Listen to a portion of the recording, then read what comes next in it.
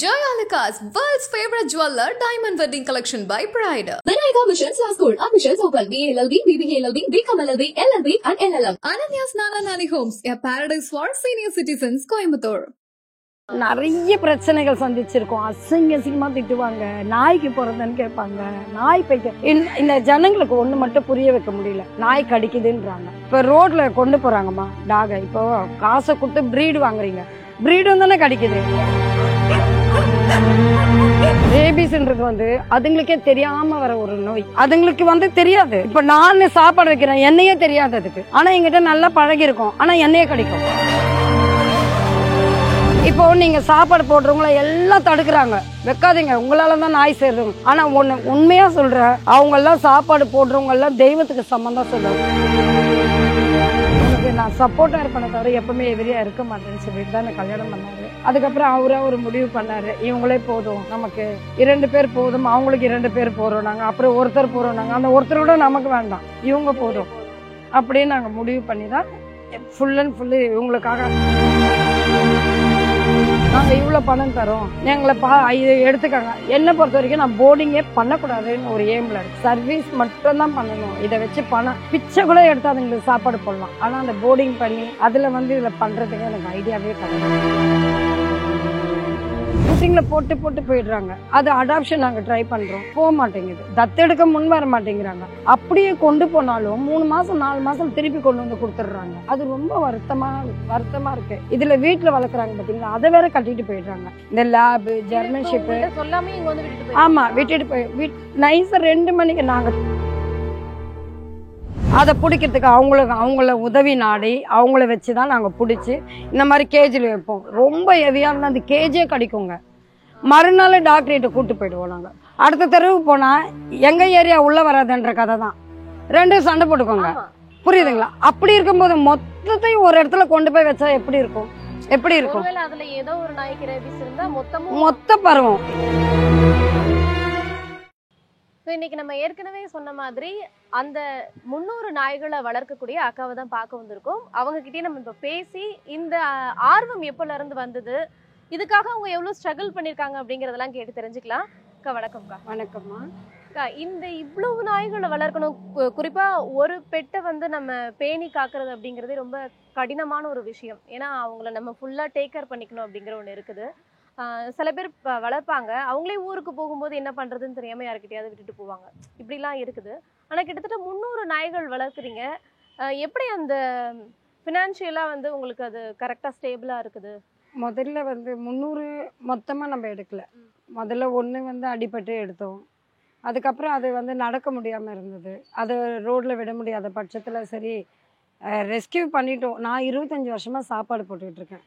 இவங்களை வச்சு பார்க்கறது ஒரு 12 வருஷமா வச்சு பார்த்துக்கிட்டு இருக்கேன் நான்.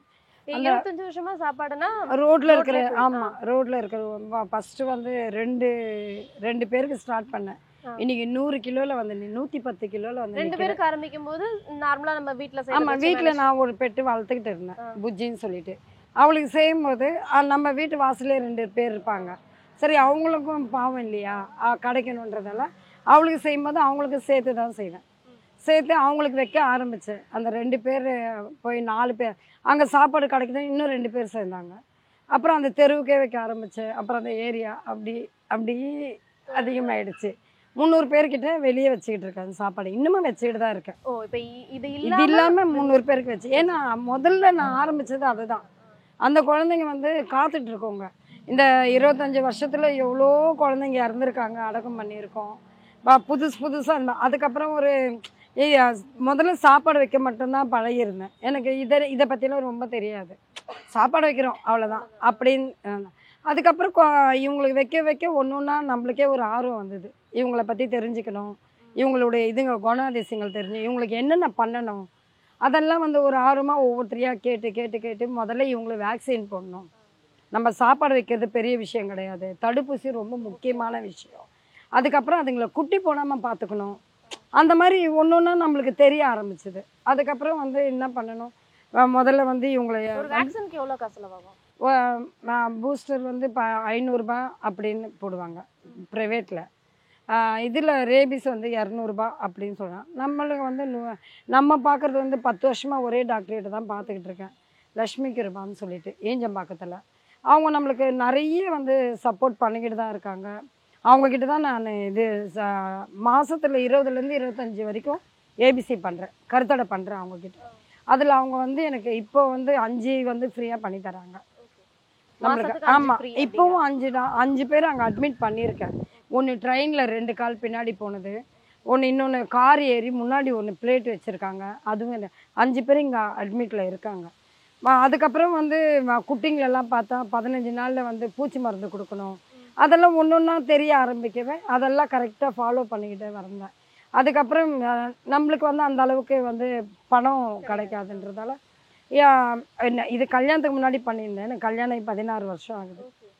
அதை பார்த்துட்டு தான் எங்கள் வீட்டுக்காரருக்கு நான் எங்கள் கண்டிஷனோட தான் சப்போர்ட் பண்ணாங்க. ஆமாம், அவர்கிட்ட நான் சொல்லிட்டேன், எனக்கு இவங்கெல்லாம் ரொம்ப பிடிக்கும், நான் இதெல்லாம் பண்ணிக்கிட்டு இருக்கேன், எனக்கு இதெல்லாம் ரொம்ப பிடிச்ச விஷயங்கள், அந்த உன்னோட இது நல்ல விஷயங்கள்ன்றதால அவர் எந்த தடையும் சொல்லலை.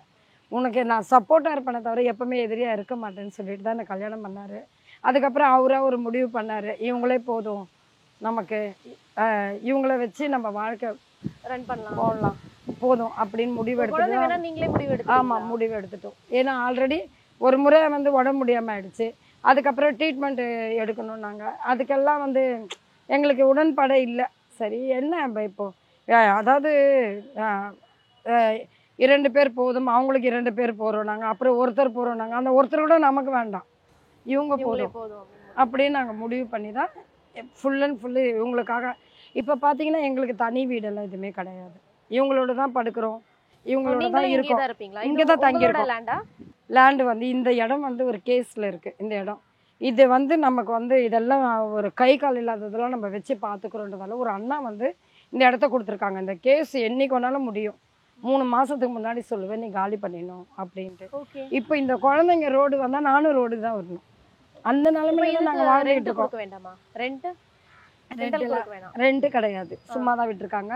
கரண்ட் பில்லு மட்டும் 2 மாதத்துக்கு ஒரு முறை 25,000 வரும். ஏன்னா கமர்ஷியல் இது ஏற்கனவே லிஃப்டன் டீ தூள் இருந்த இடம், இது அந்த கம்பெனி இருந்த இடம், அந்த கம்பெனி இதில் தான் கரண்ட் போய்கிட்டு இருக்கு, அது மட்டும் கட்டுறோம், ரெண்ட் எல்லாம் கிடையாது. இதுக்கு பெரிய விஷயம் இல்லை, அவங்களும் வந்து அவரும் ஒரு அனிமல் லவருன்றதால அவரு அதை விட பெரிய விஷயம் என்னன்னா அவருக்கு வந்து நான் ரொம்ப பிடிச்சி போச்சு. ஏன்னா நிறைய பேர் வந்து நம்மளை செக் பண்ணியிருக்காங்க, நாங்கள் போர்டிங்க்கு பணம் தரோம், நாங்கள் இவ்வளோ பணம் தரோம், எங்களை இதை எடுத்துக்காங்க. என்னை பொறுத்த வரைக்கும் நான் போர்டிங்கே பண்ணக்கூடாதுன்னு ஒரு எய்மில் இருக்கேன், சர்வீஸ் மட்டும்தான் பண்ணணும். இதை வச்சு பணம் பிச்சை கூட எடுத்து அதுங்களுக்கு சாப்பாடு போடலாம், ஆனால் அந்த போர்டிங் பண்ணி அதில் வந்து இதில் பண்ணுறதுக்கு எனக்கு ஐடியாவே கிடையாது. அதனால கொஞ்சம் கொஞ்சம் மற்றவங்க உதவி இருக்குது. இப்போ 22 பார்த்தீங்கன்னா கவர்மெண்ட்டில் அப்ளை பண்ணேன், 23, 24 ஃபண்டு கிடச்சிது.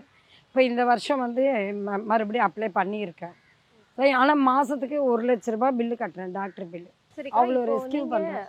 ஒரு 2 பிராணிகள் கிட்ட இருந்து ஆரம்பிச்சிருக்கீங்க, அது இவ்வளவு தூரம் டெவலப் ஆகும்போது நீங்க இதெல்லாம் வாங்குனீங்களா இல்ல தெருநாய்களா இல்ல வளர்க்க முடியாம? தெரு நாய்ங்க தான்மா. இதுல என்ன ஒரு இப்ப பாத்தீங்கன்னா 180 பேர் ஒரு கால் இல்லாம இருக்காங்க. பேரலைசன்ஸ் முன்னாடி பின்னாடி 2 கால் இல்லாதவங்க 32 பேர் இருக்காங்க. பார்வை இல்லாதவங்க 8 பேர் இருக்காங்க. சுத்தமா பார்வையே தெரியாது அவங்களுக்கு. அந்த மாதிரி மற்ற வந்து இந்த குட்டிங்களை இங்கே போட்டு போயிடுவாங்க, குட்டிங்களை போட்டு போயிடுறாங்க. அது அடாப்ஷன் நாங்கள் ட்ரை பண்ணுறோம், போக மாட்டேங்குது, தத்தெடுக்க முன் வர மாட்டேங்கிறாங்க. அப்படியே கொண்டு போனாலும் 3 மாதம் 4 மாதம் திருப்பி கொண்டு வந்து கொடுத்துட்றாங்க. அது ரொம்ப வருத்தமாக இருக்குது. இதில் வீட்டில் வளர்க்குறாங்க பார்த்தீங்களா, அதை வேற கட்டிட்டு போயிடுறாங்க. இந்த லேபு ஜெர்மன்ஷிப்பு சொல்லாமல் இங்கே வந்து விட்டுட்டு போய், ஆமாம் விட்டுட்டு போய் நைஸாக 2 மணிக்கு நாங்கள் தூங்குறது எத்தனை மணிக்கு தெரியுமாம்மா? 12 மணிக்கு தூங்குறோம். 12 மணிக்கு படுத்தா காலையில் அவர் 4 மணிக்கு எழுந்து டியூட்டிக்கு போயிடுவார். அந்த 12லேருந்து 4 மணி வரைக்கும் 5 முறை 6 முறை எழுந்திருப்பேன். ஏன்னா இவங்க கத்துவாங்க, சுற்றி வீடுங்க இருக்குது, நம்மளால வந்து மற்றவங்களுக்கு தொந்தரவு இருக்கக்கூடாதுன்னு அந்த அதட்டுறதுக்கே 4 முறை எழுந்திருப்பேன். அப்போ படுத்து எழுந்திக்கும் போது நம்மளுக்கு கஷ்டமாக இருக்குதுன்றதால 2 மணி வரைக்கும் தூங்க மாட்டேன். எப்படி தூங்கிட்டு அதுக்கப்புறம் வந்து விட்டுட்டு போகிறாங்க. அதுக்கப்புறம் என்ன பார்த்தீங்கன்னா அப்போ தான் எல்லாம் கத்துங்க, இதுங்களுக்கு தெரியும் இல்லையா. இப்போ வெளியே ஒரு 5 பேர் இருக்காங்க, அவங்க கத்துவாங்க புது நாயை பார்த்தா, அதை பார்த்துட்டு உள்ளே எல்லாம் கத்துங்க. அப்போ மற்றவங்களுக்கு வந்து ரொம்ப தொந்தரவாக இருக்குன்றதை யோசிக்கவே மாட்டேன். நம்ம என்ன பண்ண முடியும்? இப்போ கிரேடன் டாக் ஒன்று ரெஸ்கியூ பண்ணி வச்சுருக்கேன். அவ்வளோ மோசமாக அதை ரெஸ்கியூ பண்ணேன். அதை சாப்பாடு இல்லாமல் ஒரே எலும்பா அவ்வளோ மோசமாக. அதுக்கப்புறம் அவனை வந்து 3 மாதம் இங்கே வச்சுருந்து அவனுக்கு நல்ல ஃபுட்டு கொடுத்து அவனுக்கு வந்து ஏபிசி பண்ணிவிட்டு அடாப்ஷன் ட்ரை பண்ணலான்னு பார்த்தா 2 நாள் ஒருத்தர் கொண்டு போனார். வச்சுருந்து அதை சாப்பிடவே இல்லை, அது அப்படியே வந்து படுத்துக்கிட்டே இருக்குமா, தண்ணி கூட குடிக்கலன்னுட்டாரு. அப்புறம் இங்கே கொண்டு வந்த பிறகு அவ்வளோ சாப்பாடு தண்ணி குடித்தான். இன்னும் வேற எங்கன்னா அடாப்ட் போக மாட்டாங்கிறான். செட் ஆகியிருக்கு அப்படின்னு பார்க்கலாம்ல. என்னம்மா? இல்ல அதான் அவங்க அடாப்ஷன் பண்ணிட்டு போயிட்டாங்க. ஒருவேளை அந்த பிராணிகளுக்கு இங்கதான் செட் ஆகுது. அதாவது ஒரு சிலதுங்க வந்து ஷெல்டர் பிடிக்காது. அது என்ன பண்ண, கேட்டு திறந்துட்டு ஓட தான் பார்க்கும். சரியா? இங்கே வந்தது வெளியே போக மாட்டேங்குதுங்க. இப்போ ஏபிசி பண்ணுறதுக்கு நம்ம ஒரு டாக் பிடிக்கிறோன்னா அது பிளேட்லெட்டு கரெக்டாக இருக்கணும். பிளட்டு கொஞ்சம் கம்மியாக இருந்தாலும் ஆண் நாயாக இருந்தால் அந்த விரை வீங்கிடும், பெண் நாயாக இருந்தால் அந்த ஆப்ரேஷன் பண்ணுற மாதிரி அந்த பிளட்டு லீக் ஆகிக்கிட்டே இருக்கும். அந்த பிளேட்லெட் கம்மியாக இருந்தால் பண்ணாத போது நம்ம என்ன பண்ணுறோம், இந்த மாதிரி ஒரு கேஜில் அவளை கொண்டு வந்து வச்சு அந்த 10 நாள் ஒரு டேப்லெட் கொடுப்பாங்க டாக்டர். அதை கொடுத்து அதை அந்த பிளட்டு இன்க்ரீஸ் ஆன பிறகு மறுபடியும் சர்ஜரி பண்ணி கொண்டு போய் விடுவோம். மறுபடியும் அந்த இங்கே வந்து நின்றுடுங்க. சாப்பாடு கிடைக்கிதுன்ற ஒரே காரணம், அன்பு கிடைக்கிது, சாப்பாடு கிடைக்கிது, நம்ம அதுக்கிட்ட பேசுகிறோம், அதெல்லாம் அதுங்களுக்கு பிடிச்சி போனால் ஒரு சிலதுங்க இங்கே வந்து இங்கேயே பாருங்கள் கிராஸ் ரோடு டோல்கேட்டில் இருக்கிறதெல்லாம் இங்கே வந்து செட்டில் ஆகிடுச்சிங்க. இப்போ அவங்களுக்கும் நீங்கள் சாப்பாடு வைக்கிறோம், நான் வைக்காமல் இருக்க மாட்டேன். ஓகே, இப்போ என்ன சாப்பாடுக்கா கொடுப்பீங்க? நான் பார்த்தீங்கன்னா சிக்கன் சாதம் தான் கொடுக்குறேன். ரேஷன் அரிசி தான் செய்கிறேன். ஒரு நாளைக்கு 110 கிலோ செய்கிறேன் ரேஷன் அரிசி.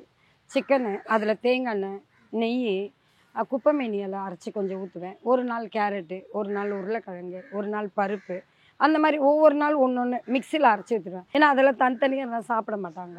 அதே மாதிரி இவங்களுக்கு வந்து எல்லாருக்கும் ஒரே மாதிரியாக தான் செய்வேன். இவங்களுக்கு ஒரு மாதிரி, வெளியே ஒரு மாதிரிலாம் கிடையாது, ஒரே மாதிரியாக தான் எல்லாருக்கும் 2 பாத்திரம் வச்சு செய்வேன். வெளியே போகும்போது மட்டும் என்ன பண்ணுவேன், தனியாக ஈரல் கொஞ்சம் வேக வச்சுப்பேன். ஏன்னா வெளியே இருக்கிறதுங்க பீஸை சாப்பிட்டு சாப்பாடை வச்சுருங்க, அது ஒரு பிரச்சனையாக்குறாங்க. நீங்கள் வச்சுட்டு போயிடுறீங்க, சாப்பிட மாட்டேங்குது.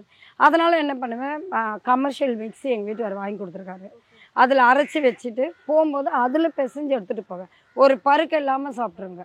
முதல்ல நியூஸ் பேப்பரில் வச்சுட்டு இருந்தேன். இந்த ஈரமாக இருக்கிற இடம் நியூஸ் பேப்பர் ஊறி போகுது, அதுக்கு ஒரு சண்டை.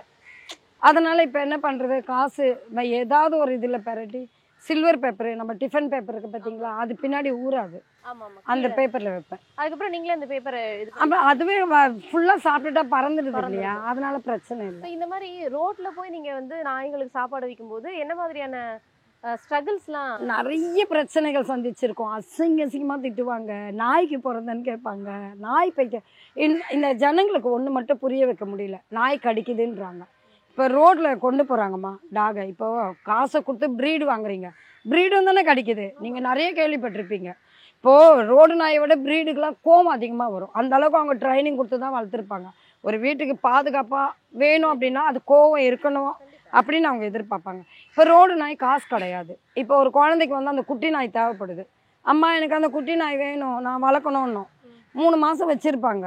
அவன் ஸ்கூல் திறந்துருவான், புரியுதுங்களா? அதுக்கப்புறம் அவங்களுக்கு அவன் படிக்க மாட்டான்னுவாங்க. ஹவுஸ் ஓனர் ஒத்துக்கல, எங்கள் பாட்டிக்கு முடி கொட்டுறது ஆகலை, ஆஸ்மா வந்துச்சு. நாங்கள் வந்து 12 வருஷமாக இதுங்க கூட தான் படுக்கிறோம், இதுங்க கூட தான் சாப்பிட்றோம்.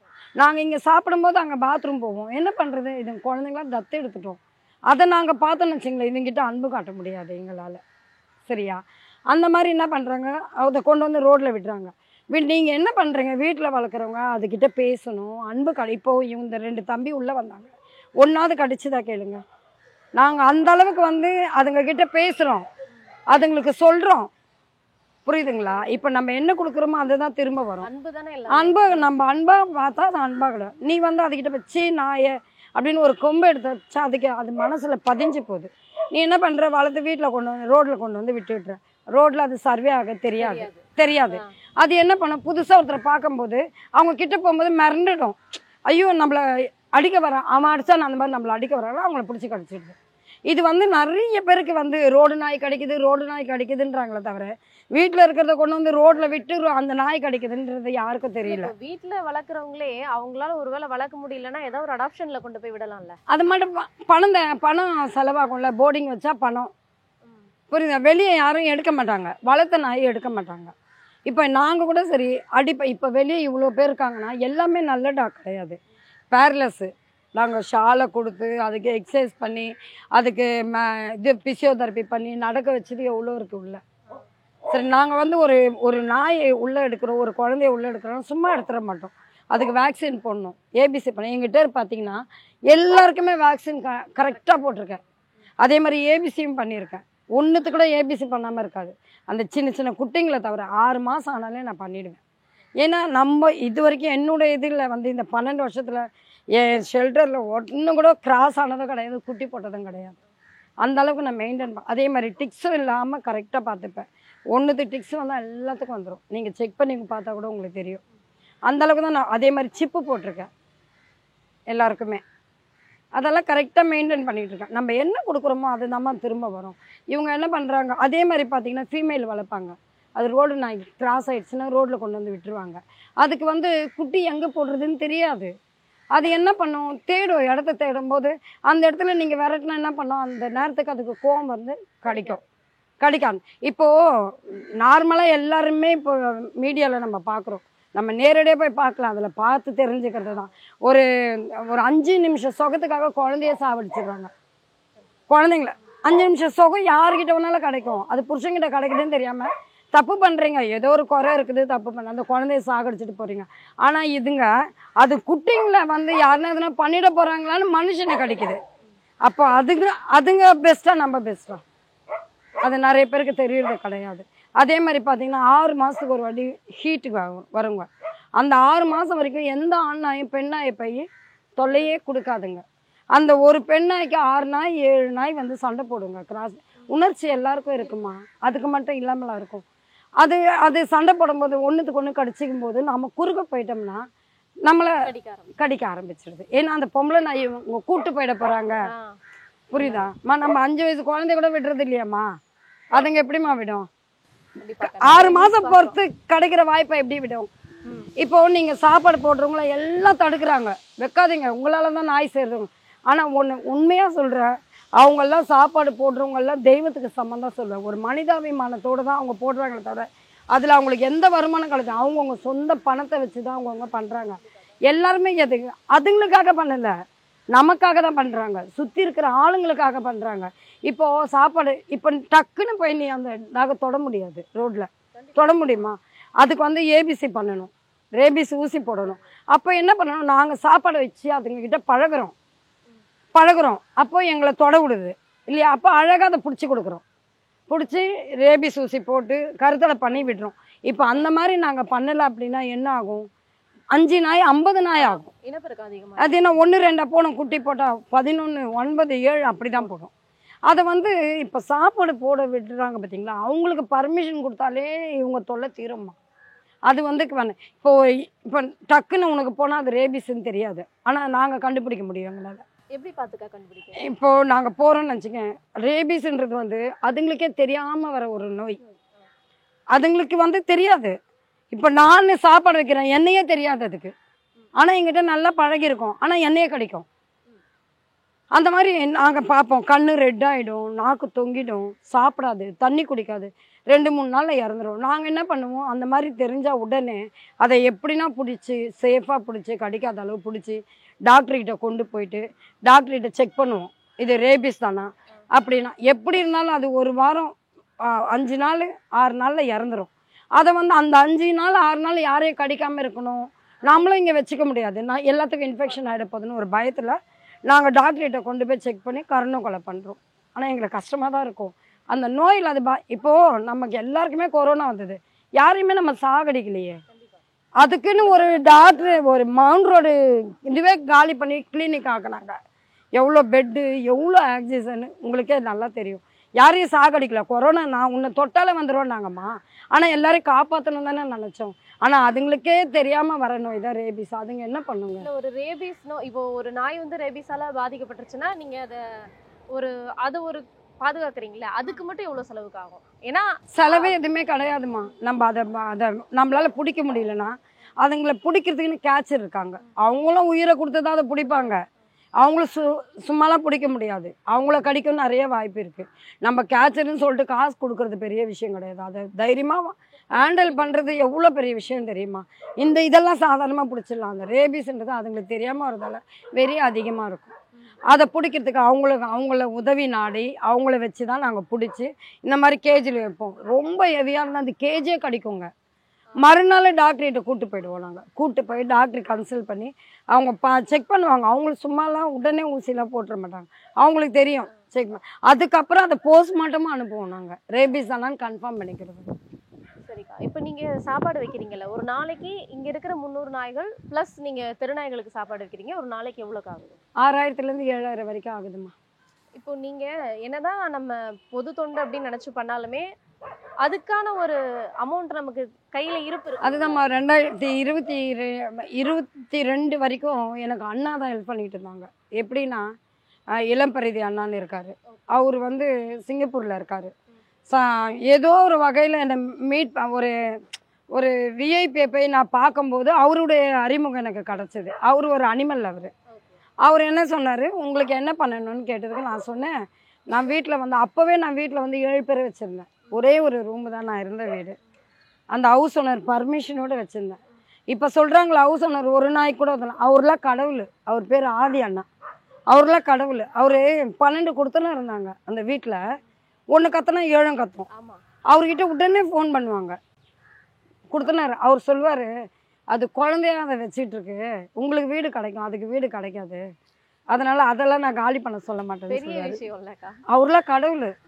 இன்னைக்கு கூட எனக்கு ஃபோன் பண்ணிம்மா என்ன எப்படிம்மா இதெல்லாம் பார்த்துக்கிறேன் அப்படி கேட்பாரு. என்ன வருத்தப்படுவார். அந்த மாதிரி ஆளுங்க இருந்தால் எந்த குழந்தையும் கஷ்டப்படாது, புரியுதுங்களா? ஆனால் அந்த மாதிரி குணம் இருக்கிறவங்க வரணும் இல்லையே. இது இப்போ இளம்பரதி அந்த அண்ணா பற்றி அந்த அண்ணா தான் எனக்கு வந்து கிட்டத்தட்ட 8 வருஷம் அவர் தான் ஃபுல்லாக அங்கே கலெக்ட் அவங்க ஃப்ரெண்டு சர்க்கிளில் கலெக்ட் பண்ணி பில்லு கட்டுவார். அதுக்கப்புறம் சாரதான் என் ஃப்ரெண்டு இருக்காங்க, அவங்க ஹெல்ப் பண்ணிட்டு இருந்தாங்க. எங்கள் வீட்டுக்கார் கவர்மெண்ட் ஜாப், அவரு சேலரி, எங்களுக்கு எந்த செலவும் கிடையாது. ஏதாவது ஒரு பக்கத்துல இருந்து ஹெல்ப் வந்துட்டு இருந்ததே பண்ணேன். அதுக்கப்புறம் கவர்மெண்ட் அப்ளை பண்ண பிறகு அதுக்கு முன்னாடியே அண்ணனுக்கு வந்து இந்த கொரோனா வந்தது பார்த்தீங்களா, அப்போ அவருக்கு அங்கே சிங்கப்பூர்லலாம் இது தடை போடவே டவுன் ஆகிடுச்சு. அண்ணா சொல்லிட்டாரு, எங்களால் முடியாதும்மா, நீ வேறு எதனா இந்த முயற்சி பண்ணு, என்னால் இந்த அளவுக்கு இனிமேல் பண்ண முடியுமான்னு தெரியல, நீ வெளியே ட்ரை பண்ணினார். வெளியே நிறைய பேர்கிட்ட கேட்டும் எந்த உதவியும் கிடைக்கல. நான் அப்போ வந்து இந்த அளவுக்குலாம் வந்து வெளியே இந்த ஃபேஸ்புக்கு இன்ஸ்டாகிராம் அதெல்லாம் நான் போட்டதே கிடையாது. நான் பண்ணுறது யாருக்குமே தெரியாது, அந்த அளவுக்கு பண்ணிக்கிட்டு இருந்தேன். ஏன்னா அண்ணன் சப்போர்ட் இருந்ததால அப்படி பண்ணிவிடுவேன். அதுக்கப்புறம் கவர்மெண்ட்டில் இது பண்ணேன். கவர்மெண்ட்டில் அப்ளை பண்ண உடனே 1 2 பண்ணவங்க வெளியே எல்லாமே ஸ்டாப் பண்ணிட்டாங்க.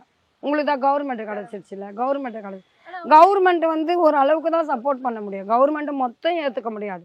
அவங்களுக்கும் நிறைய கமிட்மெண்ட் இருக்குது, அவங்களையும் நம்ம குறை சொல்ல முடியாது. அவங்களும் எவ்வளோ தான் பார்ப்பாங்க. நம்ம தூக்கி ஒருத்தர் கேட்பார், நீங்கள் தூக்கி வச்சுக்கிறதுக்கு நாங்கள் கட்டணுமா அப்படின்னா, நாங்கள் வந்து மென்டலோ லூஸோ கிடையாது தூக்கி வச்சுக்கிறது. நாங்கள் ஒன்று ரெஸ்கியூ பண்ணுறது, கால் அடிப்பட்டது, கை அடிப்பட்டது, இங்கே வந்து போட்டு போய்ட்றாங்க, அந்த குட்டிங்களை அடாப்ஷன் பண்ண முடியாமல் தவிக்கிறோம். அதெல்லாம் நிறைய இருக்குது எங்களுக்கு பிரச்சனைகள். இப்போது சாப்பாடு போடுறவங்கள விட்டாலே இவங்க நல்லாயிருக்கும், ஆனால் அதை விட மாட்டேங்கிறாங்க ஜனங்க. சண்டை தப்பாக புரிஞ்சுக்கிறாங்க. நீ சாப்பாடு வைக்கிறேன்னா நீ சாப்பாடு வச்சாதான் அது உங்ககிட்ட நம்பி வரும், இல்லைன்னா எந்த நாயும் மனுஷனை நம்பி வராது. அதை வந்து நாங்கள் அழகாக ரேபிஸ் ஊசி போடுறோம், ஏபிசி பண்ணி விடுறோம், இதெல்லாம் பண்ணுறோம். முதல்ல வந்து பிஸ்கெட் போடுறவங்க மட்டும்தான் இருந்தாங்க. இப்போ பார்த்தீங்கன்னா 150% பேர் சாப்பாடு வைக்கிறாங்க. அதுவும் நீங்க சொன்ன மாதிரி அந்த கறியை வந்து அவிச்சு மிக்ஸ் பண்ணி அதுக்கு தனியாக செய்து வைக்கிறவங்களும் உண்டுமா. எங்க இதுலயே சரௌண்டிங்ல நிறைய பேர் இருக்காங்க. நீதிமன்றம் தரப்புல ஒரு உத்தரவு கொடுத்துருக்காங்கக்கா இந்த மாதிரி, அது நீங்களும் பார்த்துருப்பீங்க செய்தியில. அதுக்கு நாங்கள் போன ஞாயிற்றுக்கிழமை நாங்களாம் சேர்ந்து தானே போராட்டம் பண்ணோம். உங்களுடைய கருத்து என்னதுக்கா? 150 கோடி ஜனத்தொகையில் 54 பேர் ரேபிஸ் கடிச்சு இறந்துருக்காங்க. ஆனால் 36 லட்சம் ரேப் கேஸ் ஆகிருக்கு. 36 லட்சம் ரேப் கேஸ் ஆகிருக்கு. அதை இது வரைக்கும் எதுவுமே கொள்ள, ஒருத்தருக்கு கூட மரண தண்டனை எதுவுமே கொடுக்கல. ரேபிஸ் நோயை விட இந்த காம நோய் இருக்குது பார்த்தியா, அது ரொம்ப கொடிய நோய்.